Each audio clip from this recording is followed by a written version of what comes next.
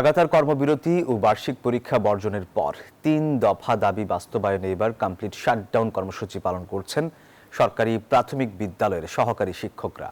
একই সঙ্গে উপজেলা ও থানা শিক্ষা অফিস কার্যালয়ের সামনে অবস্থান নিয়েছেন তারা।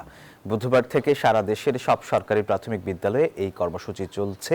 শিক্ষকদের দাবি, অর্থ মন্ত্রণালয়ের বিজ্ঞপ্তির প্রতিশ্রুতি অনুযায়ী সরকারি প্রাথমিক বিদ্যালয়ের সহকারী শিক্ষকদের ৩ দফা দাবি বাস্তবায়নে ২২ দিন অতিবাহিত হলেও অগ্রগতি না হওয়ায় এই কর্মসূচির ডাক দেয়া হয়।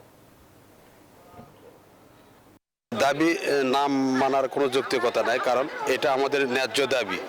শিক্ষকেরা কিন্তু বেতন বৃদ্ধির জন্য আন্দোলন করছেন না, তারা আন্দোলন করছেন বৈষম্য নিরসনের জন্য। এখানে আমাদের দাবি খুব বেশি না, আমরা চাচ্ছি যে প্রধান শিক্ষকের পরের ধাপে 11তম গেটে বেতন নির্ধারণ করা হোক। দমন পীড়নের পথ বেছে নিয়েছে বিধায় আমাদের দেয়ালে পিঠ ঠেকে গেছে। আমরা বাধ্য হয়ে আমাদের এই কর্মসূচিকে আরো জোরদার করছি। Bashundhara public school and college 2026 শিক্ষাবর্ষে ভর্তি চলছে।